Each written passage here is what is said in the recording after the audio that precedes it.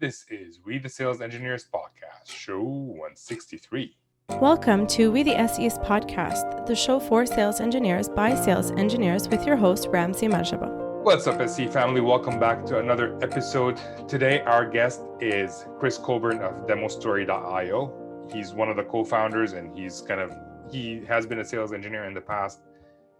And he is really interested in demoing. And so we decided to take a tactical view of how he prepares for demos. Like, we all know that demos are important, that we need to build a story, there's going to be a flow, but how does one prepare for that? Do they just show up on the site and start doing a demo? And I'm pretty sure everybody's going to be different. I don't do everything that Chris does. I do things differently. So we're going to talk about how Chris actually prepares the demo. So I don't really have anything else to add, so let's just jump into the actual podcast interview. Mr. Colburn, good evening, good afternoon. Good late afternoon. Yeah, good afternoon. I can't eat. In Lebanon, we don't like afternoon is at 1, and then after that it's evening. So that's why everybody goes home. How are you doing? Must be nice. Not really. Lebanon is a very nice. Oh man, we're starting this off in a weird way. Lebanon is a very nice country. I just don't want to live there, which is why I'm in Canada. All right. So maybe we should start off by who you are and what you're doing here.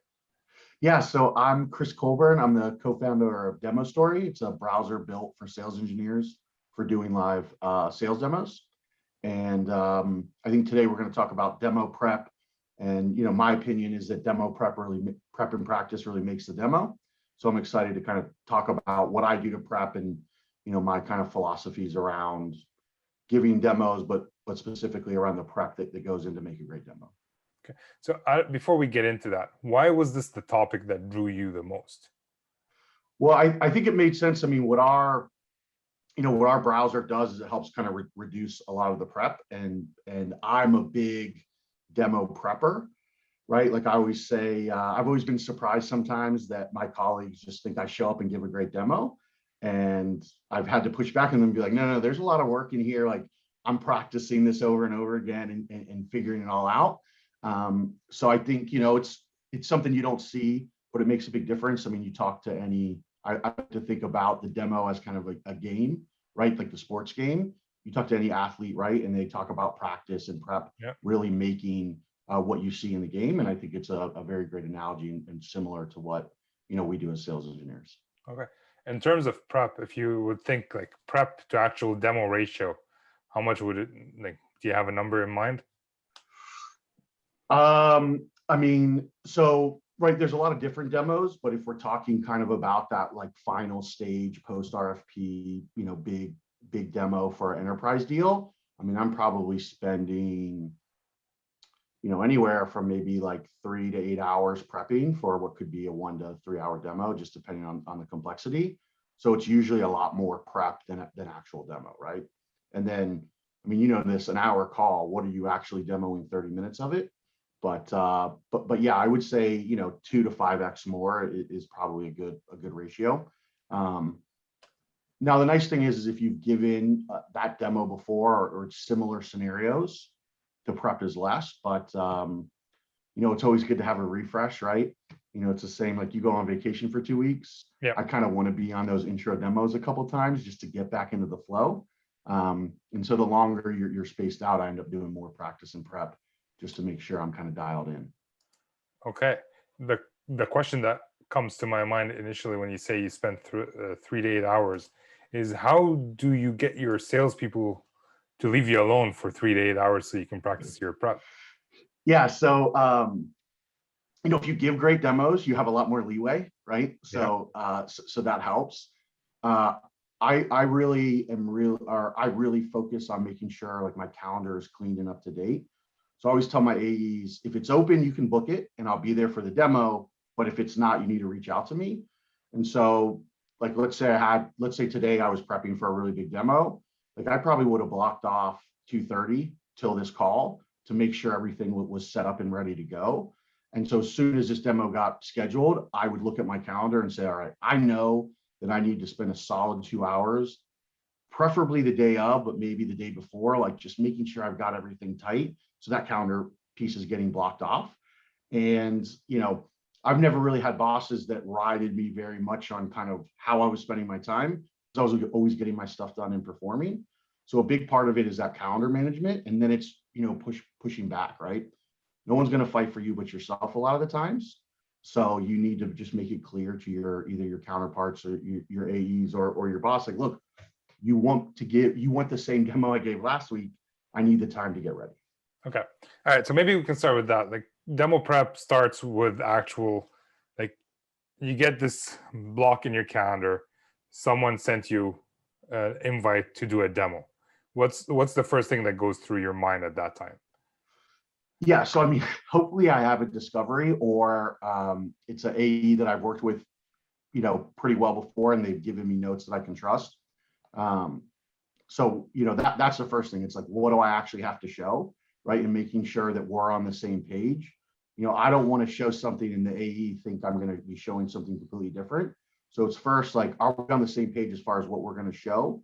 And then from there, kind of in the back of my mind, I start thinking, can I do all those things? How well does the tool actually solve these problems? Hopefully I've had some kind of disco call as well, where I could drive down to the actual problem. But then I'm starting to think, okay, how would I configure this? How would I set it up?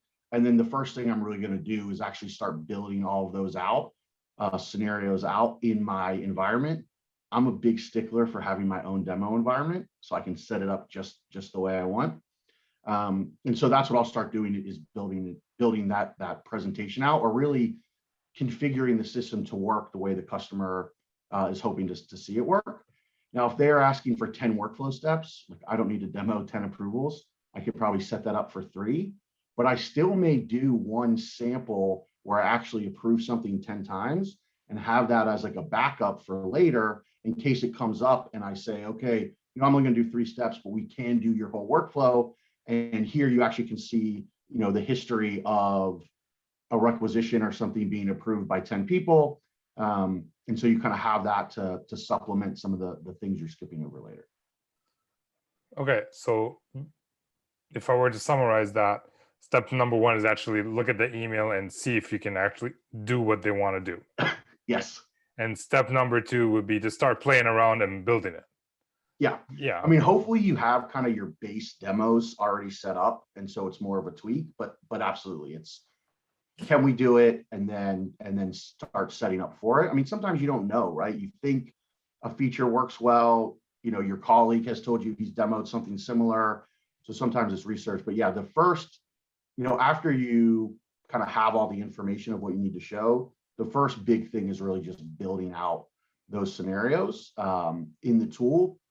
And also, a lot of these softwares get really complex. It's hard to be an expert in everything. But as you go through that process of building it out and making sure it works just right, you're also kind of refreshing your skill set on that. Because a big part of your demo is going to be the questions you get asked and being able to freestyle a little bit. So if you've been in there configuring for their scenarios ahead of time, it gives you kind of a very fresh perspective on exactly how those features work, right? Okay. So let's say there are some things that you cannot do. Like most of the questions are reasonable, but then you have a couple of things. How do you deal with that? Yeah. So, I mean, hopefully you're able to drill down to the actual problem, right? Because a lot of software or a lot of customers kind of think in the software they're already using. And so they'll ask you for a feature instead of the problem. Yeah. If you can't do it, those are the things I surface up to my AEs right away. The AEs aren't usually great at demos, but they're very good at like, how do I sidestep this? Or, hey, by the way, they're asking for really strong reporting. We don't have really strong reporting. Should we put that towards the end? What do we want to do with that, right? Getting on the same page with your AEs around the stuff you can't do is really important. The next thing is probably support and implementation and my coworkers. Hey, have you guys run into this? What do we do? How do we solve it? Sometimes you just tell your customers, like, look, you're asking for 10 things. We do 8 of these things amazing. Those other 2 things, most of our customers handle them outside of the system. and things like that, right? I mean, if you tell someone you do 8 things great and you don't really do 2 things, you build that trust up. That can actually win you deals over trying to overpromise everything. So you got to take every case how it comes, but those are the types of things I would start to do when I run into things that I'm like, oh, we can't do. Ideally, if you're prepping for like a really big enterprise demo and you've done the RFP, you probably by that point, you and the team at least have a general idea of how good of a fit you're going to be. But certainly you get some curveballs there. The other thing is trying to build workarounds through, but in a sales demo, you don't want to get too workaround heavy because you kind of, you can start going down that solutioning rabbit hole, which is a big no-no, right? Yeah. So like we talked about this with our customers all the time. Like, there isn't one product that can do everything that you want, because then you'd only buy one software for the entire company that does ERP and does testing for your routing equipment as well, right? So there's always little nuances, and I guess it's our job to highlight like how we can do this better, and how we can actually help them bypass those other aspects that they want. Are you familiar with Chris White? Yeah. Actually, I actually just met with him last week. So yeah, I like his work. It's funny. I listened to a podcast of him talk about his book, and like a lot of those things, I'm like, yeah, I do that. Yep, I agree with that. So it's really powerful stuff. Yeah, and what you were just talking about is he calls it the qualified no. Like, yeah, don't just immediately say no. Try to understand why they want that feature, and then in the end you can say no. And what really clicked in my mind is the fact that you said it builds trust. Like, they know you're not lying to them at that point. No one wants to say no. So I like that. All right. So that learning to say no and kind of how to do that the right way is definitely the hardest thing, transitioning from implementation to sales. But to your point, the building the trust is one of the most underrated things I think you do as an SE. Yeah. Well, it's also one of the most important things. Exactly. I don't know if it's I've never actually heard someone say it's underrated. I think a lot of people focus on it, but well, yeah. I'll tell you this: when you get pressure from your AE or sales leadership to maybe spin something the other way, it seems underrated in the moment. Well, it's underrated to the AEs. Yes. Right. For us, it's very important. It's like almost the most important part. Okay. So you played around with it. Now what? Yeah. So I like to call this kind of a cutting the fat, right? So let's say it takes me 10 steps to solve, the problem or work out that scenario. I don't need to show every 10 step, every step, right? And so it's how do I start to stage my demo in a way where I'm cutting out kind of some of the repetitive things, cutting out the fat. So for example, I've sold a lot of software that has like surveys or questionnaires. Okay. There's no reason for you to watch me fill out a survey or a questionnaire on a demo. Like, honestly, more than 2 or 3 questions, you kind of get it, right? Like a 15, 20 question survey, you don't need to watch me fill that out. So how do you stage that in a way where I answer the first couple questions, or maybe I highlight a couple of questions that have some cool tech behind them, and then I flip to a completed one, or maybe one that only has 1 question left, whatever I'm trying to focus on. So it's how do I start to cut fat out of my demo, and then start ordering in a way where, a lot of times you may have one feature that you're going to show 5 times because you're showing 5 scenarios. So it's like, where do you highlight that feature versus where do you don't have to talk about it again.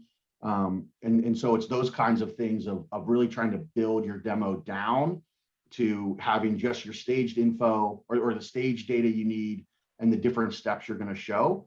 Because a lot of times when I'm doing a demo, I'm not showing you from the very beginning to the very end. I'm kind of cherry picking the pieces that my customers are really interested in seeing, right? You're trying to prove the value. You don't need to prove every mouse click. So that's really the next big thing, is cutting your fat out of your demo, right? I mean, get to the point is a big thing I say. And so how you kind of arrange all of that, right? So the first thing is making sure you can do it. And then it's how do I show that in a way that isn't 2 hours long. Yeah, start formulating your thoughts. It's funny. I've had colleagues in the past where they had to click on like generate report on something, and it takes 5 minutes for it to generate reports at a minimum, and they spend like talking for 5 minutes about some random things just to fill in the time, whereas they could have easily had a report open right then and there. Like you click this, Preloaded, yeah. it will build, it will end up looking like this, and then Yeah. you can go through that instead of chatting about stuff. Although chatting is fun, but it's not always what the customer wants either. Okay. Yeah, and look, you don't want to make stuff look overcomplicated. You know, the last place I was at, we had a portal where customers could log in, and we had a bunch of cool features where they didn't have to really create accounts, and we could get them logged in different ways. And I would just show the portal, I would talk about it, and then I would switch tabs to already being logged in. Right? I didn't need to actually go through the step of logging in as that customer and getting like the one-time email password and all that stuff. Because most people don't care. They just want to know that that part can be done. There's other more important things that they want to understand.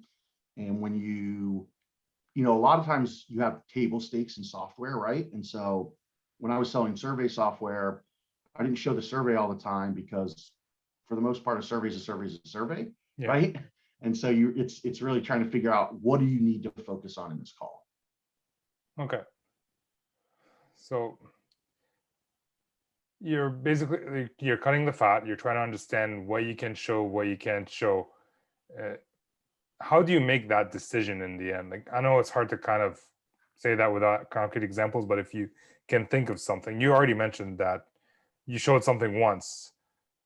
Do you show it again, or when do you show it? Do you show it at the start, at the end? How do you make these Yeah. decisions? So, you know, part of this just comes down to being a storyteller and understanding what, you know, what details matter and what don't, right? Like if you're going to tell me about a car accident you got in, do I need to know what you ate for breakfast that morning? Well, if that affected you getting in the car accident, yes. If not, no, right? So it's going back to like, what is the problems you're solving, and the details that don't matter as much for solving those problems, you need to show less.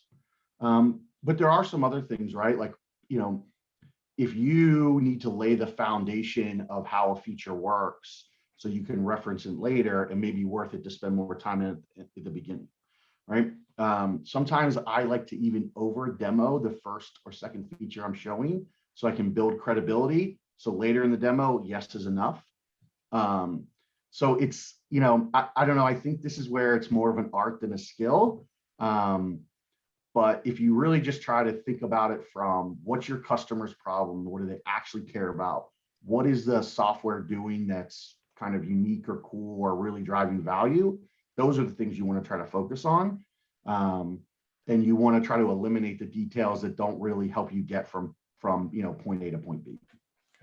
Just to reemphasize, you just said over demo initially to build trust so that yes is enough.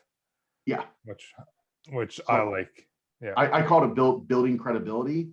So the guy had one tool, and they were like, you had to fill out these questionnaires internally. They were privacy focused, kind of law focused, and it's like something you may do once a year. We had a really cool chat feature where you could like chat with an internal expert.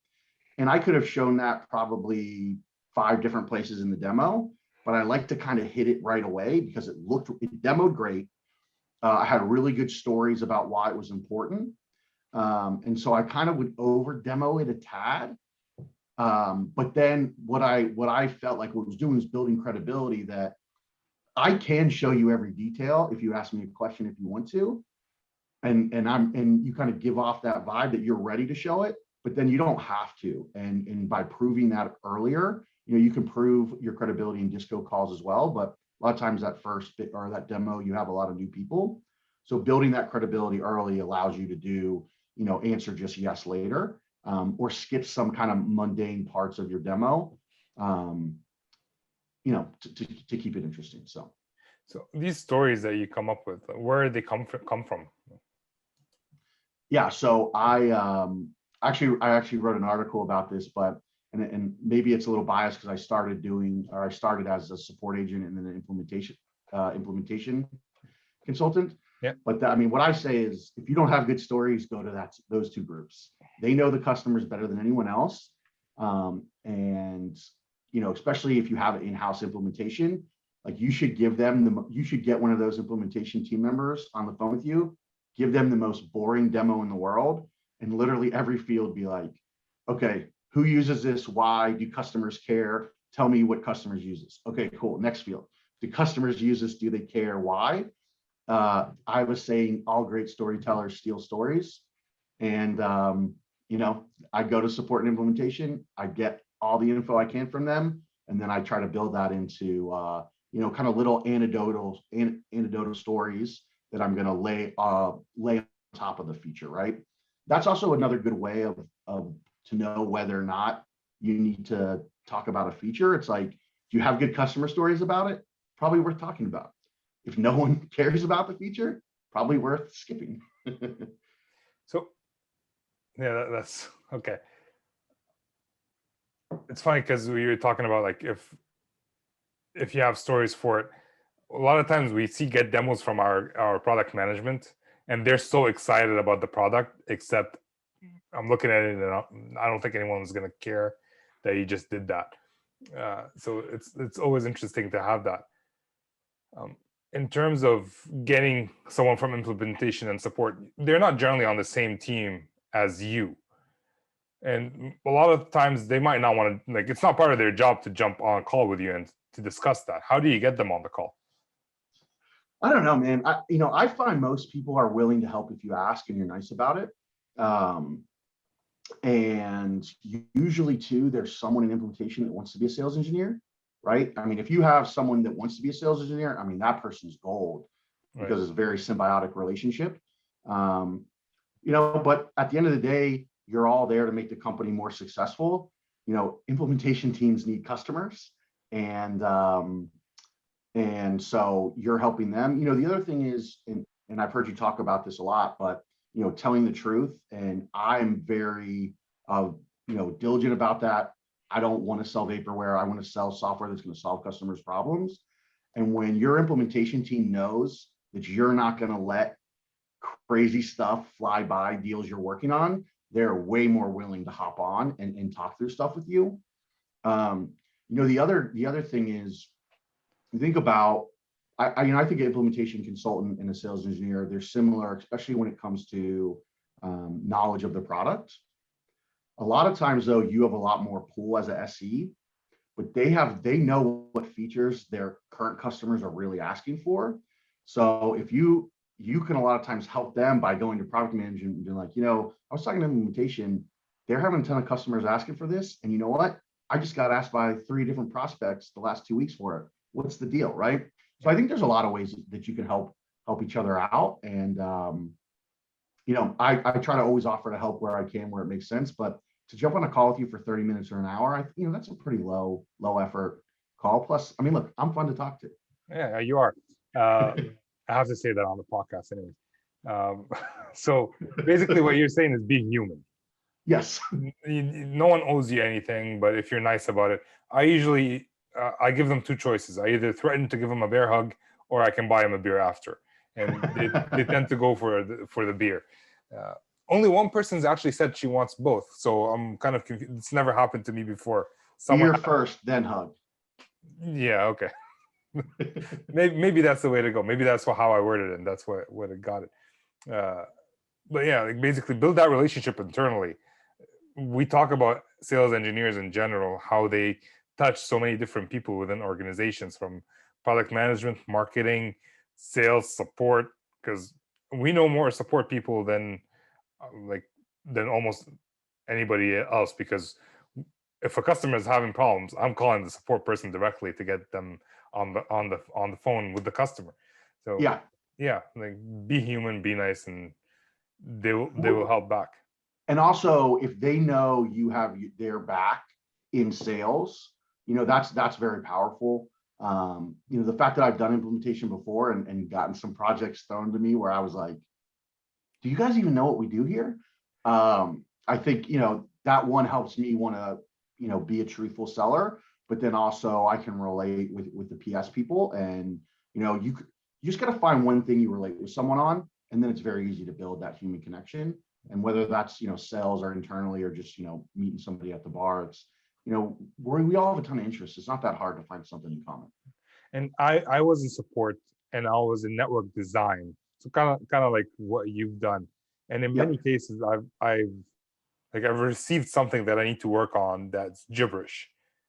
Right. And that kind of already like if that sales engineer will come for me to help, even though I think they're idiots and I would not want to help them, I have to help them because it's going to come back to me, and I'm going to have to fix it anyway. So I'll help them ahead of time, and maybe that will build the relationship as well. Well, and two, I mean, I'll tell you this: there's no better story than customers think they're gonna like that feature, but actually once we implement it, and you get to the third layer of that, there's a ton of problems, and the way you want to do it is this. And when you can lay that knowledge on a prospect when they ask you about a feature, and you go, yeah, we have some customers that want to do that, but here's the problems 3 months in. I mean, that really can set you apart, and no one knows that better than the support or implementation team. But that freaks out salespeople. Like, that was my first experience. Like, not the great ones. Well, yeah, that's true. The one I worked with, there's one in mind. I've worked with a bunch of them, but there was one that was horrible. I've written blogs about him, and he's given me a lot of material. And that was it. Like the case where the customer's like, "Hey, we're buying this. What do you think?" I'm like, "Yeah, but this is what you need to watch out for once you get the equipment." And I can see my sales guy sweating and they're looking at me from behind the customer's back. And then when the customer's like, "Why did you tell him that?" I'm like, "Well, he's gonna find out now, or he's gonna find out after he gets the equipment. Which do you think is gonna make him happier?" Right now, at least he'll be ready for it when the equipment comes. And it's like, yeah, they end up buying anyways. Well, too, it goes back to that trust, and like, just people want to go in eyes wide open. It's like, tell me what the trade-offs are. I'm an adult. I can figure out, what pros and cons work best for me. And, if you think long-term, being truthful and laying out the pros and cons for your customers is gonna win you more deals. Because, there's nothing that helps you win a deal better than an awesome reference. Yeah. That's true. And like, to add to that, there's nothing that would lose you the deal faster than letting the customer think that you have the perfect product, and within minutes they find out that you don't. Right. Yeah, sometimes that's probably the biggest fights I've ever gotten in with sales leadership is like, I'm like, okay, congratulations, you changed the PowerPoint slide. Like, what am I supposed to show? We don't do any of that stuff. Yeah. And, I always joke, like, they write the checks, I have to cash them. Now, not nearly as much as the implementation team does, but at least in some respects. And yeah, I mean, look, you get caught in a line at demo, it's over. That's a L. And I've won plenty of deals with just the, no, we don't do that, but let's focus on the value we really can bring you. And we've won ton of deals like that. You get caught in a lie, goodbye, it's over. Yeah. Okay. All right. So we're cutting the fat. Yes. You're building trust internally so you can build a story. Yep. As we say in Lebanon, what's next? So this is where I would just say practice, right? And I actually think there's two different things I'm going to practice. So the first is like the actual click-through practice, where usually what I'll do with that is I'm clicking through it and I'm kind of half saying the stuff out loud, maybe half mumbling it. But just, I want my mouse movements to be smooth, right? I never want my mouse to be searching for a menu. So if I'm going to click on something, it should be kind of that smooth move from one to the other. And so that's the first thing I want to get down is like, am I switching tabs? Am I switching windows? Like, do that enough where it's kind of just second nature. I'm not thinking about it. And then the next, I'm actually practicing what I'm saying out loud as I go through the demo. My wife laughs at me because we both work out of the house, and she'll be like, "Oh, I thought you already did your demo." I was like, no, that was just me practicing it before the call. But I want to be able to do the mouse movements basically, subconsciously, so to speak. So I'm more focused on what I'm saying. But sometimes, as you can tell, I love to talk. And so it helps me going over it a few times to really whittle down what's the most important thing I'm going to say. And so it's that practice. So I've really kind of got down exactly what I'm going to do. I have my scenario set up. I have the reports. I know, all right, I'm going to go here. And then when I click on this, we'll go to the next thing. Like you said, maybe this report takes 10 minutes to load. So I want to make sure I have that pre-staged. And then I want to be practiced in, okay, how do I transition to switching tabs? Do I need to say anything? So, all of that to let it sound really smooth. So it's first the clicks, then it's kind of the words and the clicks on top of it. So generally speaking, I might be overgeneralizing here. SEs like to talk. It's kind of why we went into sales engineering. How do you practice not talking as much as you would in general? And there's also the concept of customers are going to ask questions, and we're not practicing to do you practice pauses? Do you practice interruptions? How do you practice that? Yeah, so what I like to do is I like to practice what I'm going to say for kind of each feature separate of the entire demo. So as I get questions, I don't have to reset to step one. I don't know if you ever had to memorize pi or anything like that growing up. Nope. But if I asked you to start at digit 15, you wouldn't, it'd be difficult to do it. So I like to practice kind of, okay, when I get to this feature, I practice talking about this thing. When I get to the next feature, I know what kind of my talk track's going to be. And that allows me to jump around a lot easier and then fall into kind of what I'm going to say. And then usually as I'm practicing, I'm basically picking points that I'm stopping, I'm asking for feedback. And then I'm kind of doubling down on asking for feedback if I haven't gotten any questions. I mean, ideally, I'm trying to set up a couple things where I'm getting questions from the prospects. And if I've got a really good AE, they know the question to ask. So if that prospect doesn't ask the question, the AE comes over on top and asks the question I'm kind of setting up. So things like that. But that is why I have to practice. If not, I would just ramble, as maybe you can tell by no, you're by good. the show today. Do you give your AE questions to ask? I've had situations where I thought I was doing the right thing by asking the question, only to get kicked by my manager or something, saying like, "Hey, man, you're putting them in a tight spot." So, has that happened? Do you give them questions to ask you ahead of time? So I'll say that one of my favorite AEs I ever worked with, I never gave him any questions. We had just done the demos enough. He kind of knew, he had seen customers ask those questions enough that when they didn't, he was ready to jump in. Okay. But sometimes I'll say like, hey, on this, like I'm going to show this. And if you don't hear anything, ask about it, or like, do a follow-up question. Usually the AEs want to jump in anyway. But I don't know that I've ever specifically written questions out for them, but, usually the ones that I start to have a really good kind of vibe with, then I'll be like, hey, when we get to this, if no one asks anything, like, say something here or something like that. I mean, there's nothing worse when you don't get any feedback from the participants in a demo, and being remote, it's even harder. Yep. So I think you actually need your AE to participate a lot more remote, just to break up the monotony of one voice. Do you have? Sorry, go ahead. I interrupted. No, I was rambling there at the end anyway.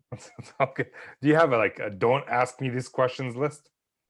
Not a don't ask me these questions, but I usually make it pretty clear. Like, by the way, this part of our software sucks, so don't ask anything about that. To your account managers, not to the customers, right? No, not to the customer, to the sales team, right? But I try to surface that stuff. I'm like, hey, look, I just read through these questionnaires, and like these two we're not really good at. Like, don't bring that up. Or like, hey, I know normally we kill this scenario, but what they're asking, the nuance in it is different. So like, don't talk about what we talked about with the demo 2 days ago. Okay. So kind of stuff like that. And you just mentioned that there are usual questions that customers ask. Is there a reason why you don't try to answer them in your demo before it's time for them to ask? Sometimes I do, right? It just depends on how good I think the question is going to be for a setup. Sometimes I do, but right, you want the interaction. As much as I love getting in front of people and talking, to sell the software, you want people, the more people are asking you questions, the more they start to think about like them actually using it, right? The more likely you are to win the deal. So you want to try to bring them in and keep them invested. Now, simple questions, things like that, I try to hit, but you don't want to answer everything. You want to leave a few things out there to kind of get question on. And honestly, it just takes you doing a lot of the demos to kind of know, right? Like, especially if you move industries, like you just need, like you need the reps to figure out, oh, okay, look, I know that everyone has this problem, so I'm going to set it up and then just wait till someone asks for it. And then I'm going to be like, oh, great you asked, or, oh yeah, I was just getting to that, right? But again, that's probably a little more of the art than the science around it, but yeah, you gotta have a nice balance. Well, I love that. I do that quite a bit as well, where I know there's going to be an obvious question there. Well, it's not really obvious, but I try to lead them to ask that question. First off, you get the participation, and it always sucks when it's one person talking to camera, especially today, and the customers are not going on camera, so that kind of sucks. So allowing them to actually jump in builds that rapport. It also makes them feel good about themselves. Hey, I asked a smart question right now. It's part of that building relationship, because if they don't have a chance to ask a question, at some point they're going to feel like, why am I even here? Right. So, and I like that. It makes them feel part of it, right? Yeah. And how have you overcome, if you have, that part about them not asking questions, where like any questions and then crickets afterwards? Yeah, I mean, it's rough when it's like the third time and you stop and you're like, does that make sense to everybody? Are there any questions around that?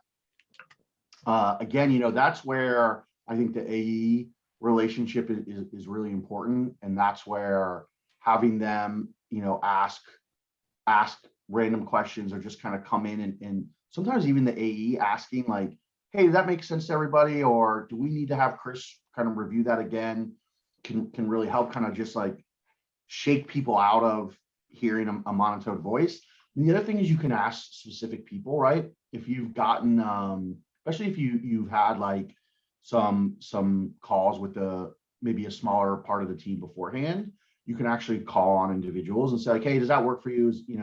Hey, John, I know that you manage the IT team, like does all this sit for you? So there's some things like that, you want to try to target the people that seem like a little more friendly, but I'll tell you this, I had one of the bigger deals I ever won, not a single question. Me and my AE walked out of there and I was like, that's an L. And a week later, closed. So sometimes you don't know, but yeah, I think asking the individuals is a big thing. I mean, in the room live, it's a lot easier to read the body language, to kind of make eye contact. People feel more obligated to interact with you. Remote's really tough. So you got to press it a little more, that maybe even a little more than like feels natural. That's really the best way to do it, I think. So Bob Rafestall, he was on the show. He's the author of Demonstrate to Win.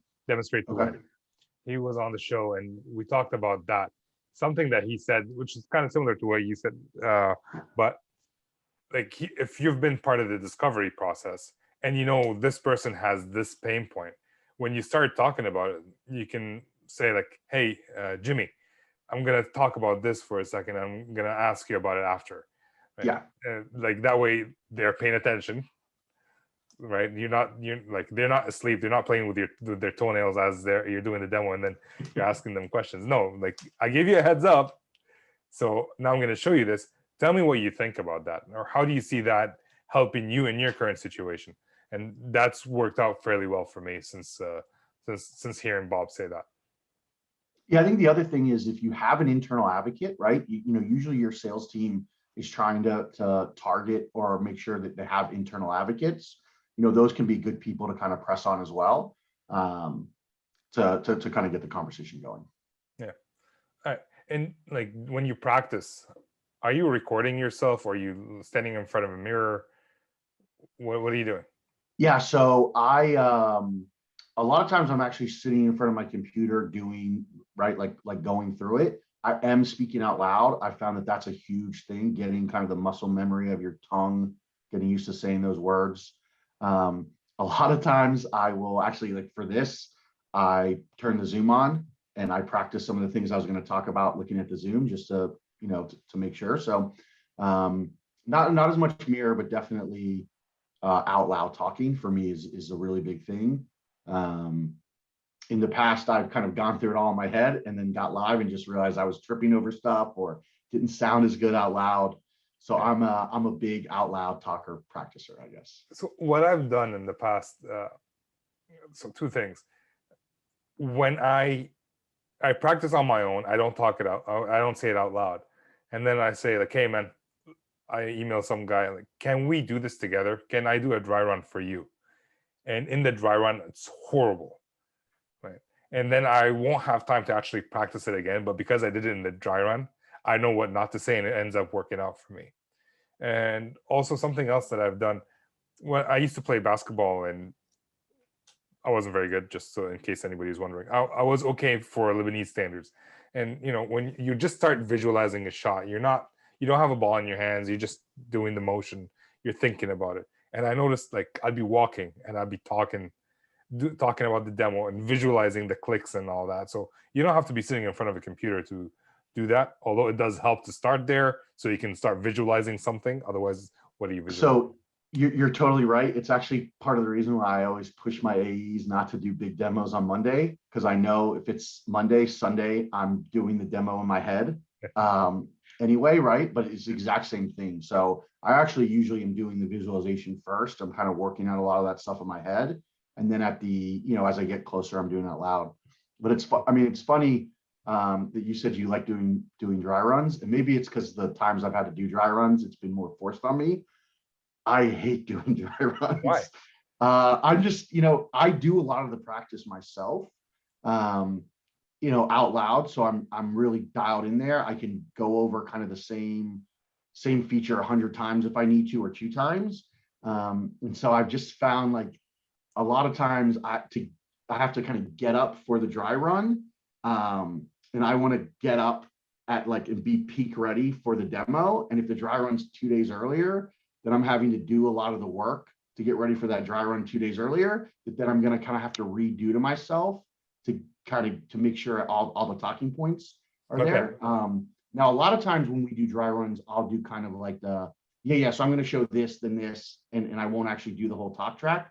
I don't mind that as well. But I hate doing, I don't know. It's like, I just feel like I can't get up for it at the same level that I do for a real demo. And so the dry runs are never nearly as good as like. Well, they're not. They're not. My dry runs have been horrible. But like having someone there, and from what I've noticed, at least for me, if I don't have someone like getting on a call with me, it might happen that I don't get the chance to actually do it. Yeah. So that helps in that aspect. But I think the important thing is figure out what makes you the best demoer, right? Like we're all different. Even if we were going to give the demo the same piece of software, we do it in different ways. We have different styles, mannerisms. It's figure out whatever makes you really good and kind of put that in your process. Not everyone's process is going to work for you. Yeah. Okay. So now we're practicing. What do you do before what do you do to get up to that demo stage ready? Yeah. So I always joke like the 30 minutes before the demo is the worst, especially the remote ones, right? Like, now sometimes you're scrambling to get ready for it and you're getting stuff ready at the last second, but let's say like you've done all your work and then, you have like 30 minutes or an hour and you're like, I really wish this demo was right now. Once I've gone through it and I feel pretty confident I've done all the clicks, then a lot of times it's like, do I have a glass of water? Is my room set up right? Have I closed out all the right apps? And then sometimes it's just, I try to watch TV for 20 minutes and let my head clear. Yeah. But, I'm usually sitting on the Zoom call 5 or 10 minutes before it starts anyway, kind of like. Yeah. Butterflies? Do you still get butterflies? I even for this for a little bit, it depends on how big it is, right, and how new it is. Like when you start a new SGE job, right, like those first couple demos, definitely. Now I've done them enough that I don't get as nervous. But if the stage is big enough, if the deal is big enough, sometimes you get it a little bit. But once I start talking, it's hard to get me to stop. It's like, for me, it's like basketball. Like, it doesn't matter how experienced I am. Right before the game, butterflies. Yeah. Ball in my hands, I'm good to go. And then I get blocked, and now I'm pissed off. All right. So we do need to go on to the not so fire. Was there anything else you want to talk about in terms of demo prep? Yeah. So the only other thing I'll say, I saw this on LinkedIn the other day. You ever watch Shark Tank? Yep. So Barbara, someone had posted something that she had tweeted out, and it said, every successful person I know is over prepared. They make it look easy, but they are just over prepared. And like, she could have wrote that about SEs, in my opinion, right? Like, your demo, you're only going to show 70% of what you think you're going to show, maybe less than that, right? Like, there's going to be other things that you may have to kind of dance and weave for, or show that you aren't ready. So having kind of backup scenarios or things like, oh, they may want to see this, maybe that's not staged perfectly, but you have a little bit, right? Like, those are the things that make the software look easy. And so, I just think that preparation is a huge part. Yeah, I like that. All right, before we move on to the not so fire round, what prompted you to co-found Demo Story? That one, the IO. I'm underprepared. Yeah. So it's interesting. I think part of it comes down to the prep piece. I've done a lot of persona switching demos where you have multiple personas, and the kind of technical lift to get that demo set up can just be a pain. And the problem is like, that's not really what I want to be focusing on. I want to be focusing on making the software look great or getting my stories down. Actually, my co-founder had shown me some like efficiency working browsers. So different versions of Chrome that like have apps built in and stuff. And I saw that, and it was just like immediate. I was like, man, that would make my life so much easier. But one of them was like skin purple, and I can't demo out of a big purple browser with a bunch of like other junk in it, and it didn't have everything I needed. And I had been working at his office once a week, during COVID, just to get out of the house. And so he had this idea, like, just stuck in the back of my head. And I said, the one thing about COVID was it kind of taught us, like, there's never a perfect time for anything, right? Like, if you're going to do something, do it. And, so that's what we decided to do is build it out. I am very passionate about sales engineers. I've been at a lot of places where I've been one of two SEs where people just had no idea what we did. And again, right, like, where A's would just be like, all right, we got to do this demo tomorrow. I'm like, what are you talking about tomorrow? Right. And so, there's just not a lot of tools for sales engineers around the actual live demo. And we talked about this a little bit before, but, in my opinion, the only thing that really matters is how great your presentations are. I mean, you're judged by your AEs and by sales leadership on how good that demo is. How confident are they that you're going to come in and kill that demo? The enterprise sales process is a project. There's a ton of things that need to go right for it to win. Go back to the sports thing. Like, my job is to block for the quarterback or the running back, right? Yeah. Like, in the sales process, my number one job is to just kill that demo, right? That doesn't guarantee the win. I kind of like to think of it as like I'm a setup man in baseball, right? Like, you get to the 6th, I'll get you to the 9th kind of thing. And there just isn't a lot of tools to make sales engineers demos better, especially kind of the web app ones. Chrome's great to use, but it's not great to demo out of sometimes. And so, I saw there was a need for that. I've worked in software my entire adult life, and I saw the opportunity, so decided to take the swing at it. Nice. So it's just you and Alec, right? Yeah, so me and Alec, and then we have a developer as well. And luckily, in between my SE roles, I've done some product management, so I'm pretty familiar with that. And The great thing about our product is it's 95% chrome, but just with features that make demoing easier. So if you're already doing demos out of chrome, it's not a big lift. And our model now is really more B2C. So your whole team doesn't have to adopt our platform or our browser. Like if you think it makes your demo better, or it could make your demo better, or your life easier, or reduce your setup time, you can use it yourself. It's not going to affect the rest of your team. Okay. And just to clarify, this show is not sponsored by Demo Story. Demo Story, yeah. Yeah. It's not sponsored, although you're more than free to, you're more than welcome to sponsor the show. But this specific show is not sponsored. I wanted to bring you on because we had a great conversation about like preparing for a demo. We've talked about demonstrations and how you demo, but we've never talked about preparing for it. So it was a great conversation, and I'm glad you're doing this. I'm glad you're brave enough to actually quit a job and do this full time. So it's nothing crazy going on in the world. Good time to be out on your own. Everything's normal. All right. So let's jump into the not so fire round. These are the same four questions we ask almost every guest, and we're gonna ask you the same four questions that we ask almost every guest. Okay. So this is the lack of practice, I guess. I've only practiced this 163 times. Okay. What do you love? Like you mentioned that you're passionate about sales engineering. What is it that you love about that role? I love doing the demos, right? Like there's nothing when you're in the middle of demo, and you're just killing it, right? And your flow's tight. Customers are asking you questions right as you're getting to the features. Like they're talking about, okay, so when we get this, how will we do this? Like that, I don't know. For me, it's kind of like a high, like when you kill that performance, I love that. And I've always been kind of a tech guy, a gadget junkie, so to speak. I love showing people how technology works, right? Like, I'm over at my dad's house and I'm like, you still have cable? Let me show you this YouTube TV thing, right? And next week he has YouTube TV. So for me, like those are the two things that I really like doing. Okay. And what is, I feel like I already know the answer because you started a company to do this, but what is the one thing you would change about the role? So actually, I'm not a big fan of RFPs. Okay. So, the smaller places, the responsibility is more heavily on the SEs.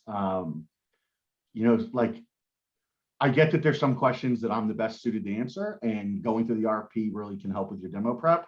But sometimes I look at these RFPs, I'm like, who reads these? What are we doing with this? I actually talked to someone who told me they asked the customers if they read the RFPs and they said no. No, I'll tell you, it's like you put your question in, you go around the office, you ask everyone to put their question in, and then you go read the answer to your one question. And what's written in there versus the reality very rarely lines up. Yeah. So that's probably my least favorite part. The other thing I would say is one thing for me to like record a live demo, but the skill set that it takes to record like a really tight 2-minute marketing video is not the same skill set it takes to do a live presentation and answer questions and stuff. So sometimes I'm not a huge fan if I get a bunch of like video stuff dumped on me. But yeah, I've never been a huge fan of the RFPs. Don't you have to do that right now with your current job? Oh yeah, I mean now I'm doing that. I'm doing all the marketing stuff. So yeah, I am. It is a little. I am doing some of the stuff I don't want to do. Luckily, I'm not really doing RFPs with the people I'm selling to, but I do have a handful of YouTube videos and stuff I put out there. Which man, even like you spend half a day on a video, and I'm like, that's okay. So it's just a lot of work, right? To get it. You can excuse ums and so's in a live demo. I think, too many is a problem, but some make it feel more natural. In a video, you just want everything so tight. And I am a very hard critic on myself, which is why I think I like doing the prep on my own. And so there's always something you can make better in the video. So, but yeah, I am doing videos now. Yeah, but you can there's the magic of editing right there. Yes. If you can say all the ums in the world, you can just edit it out at some point.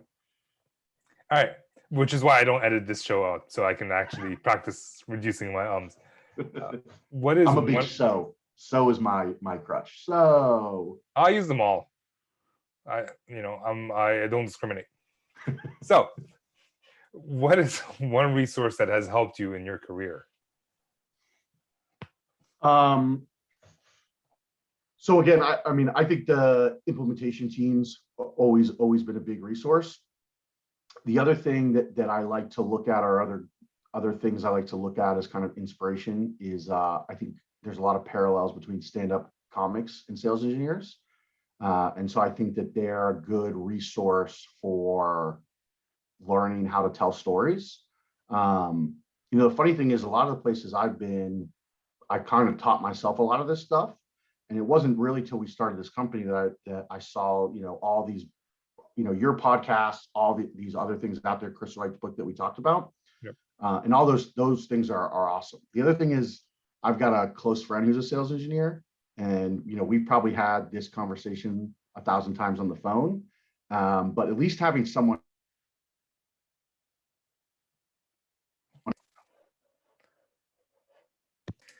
So we had some technical difficulties, but we've improvised, and now we're going to continue on. The show must go on. What were we talking about? Oh, you were talking about a resource. You have an SE colleague.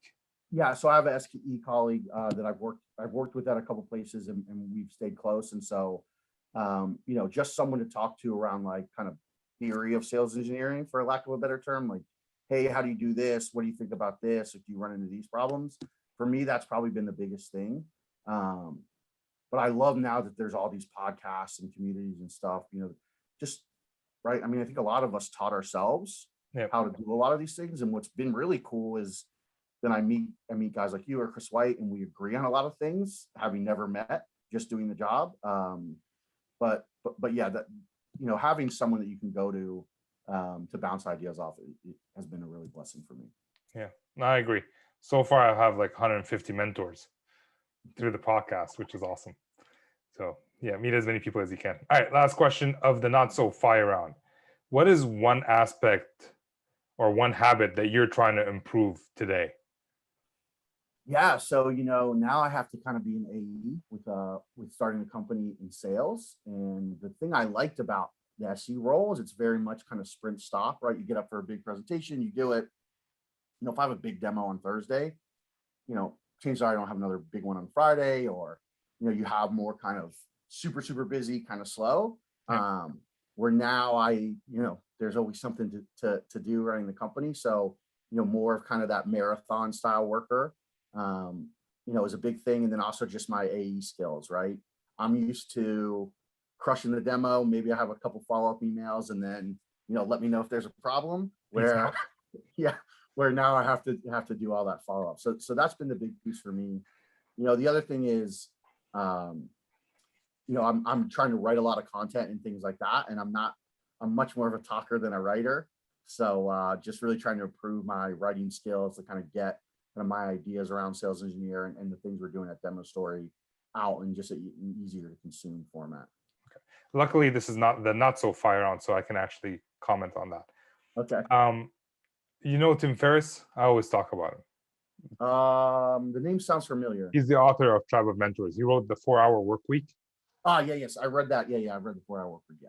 So initially, he wrote it as if he's writing it for people to read, and it didn't do well. And then he wrote it as if he's writing an email to a friend, and it took off. The second thing, the way I write blogs is I use Google Voice.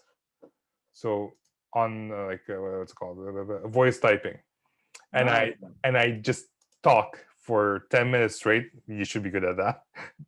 Based on what you're saying, I'm not saying it. You talk, and then the next day you come back and read it, and you'll notice that the ideas are there, but you need to change a lot. And it makes it easier to adapt at that point, because now you're reading, you're not just putting your thoughts. So that's helped me. I don't know if it'll help you, but this maybe no, it's a great idea. I do think the great thing about trying to write this stuff down is it really helps you organize kind of the ideas and thoughts you have into much more concise statements. So as someone who was celebrated not having to ever write a paper again, when I graduated college, I've actually really enjoyed writing blog posts and things like that for the company. All right. All right. So if someone wants to find out more about you or your company, where can they do that? Yeah, so demostory.io, and we have a 30-day free trial with no credit card info. So if you want to give it a try, go for it. And you can reach out to me at chris@demostory.io, and find me on LinkedIn, Twitter, places like that as well. And so, yeah, we'd love to hear you. I'd love to talk to you and show you what we have and see if we can help you with your demos or help reduce your setup time, whatever it is. Okay. Awesome, man. I appreciate your time. Yeah, you too. Thanks, Ramsey. We'll talk later. Thanks, Chris, for coming on. I really appreciate the time you spent with me.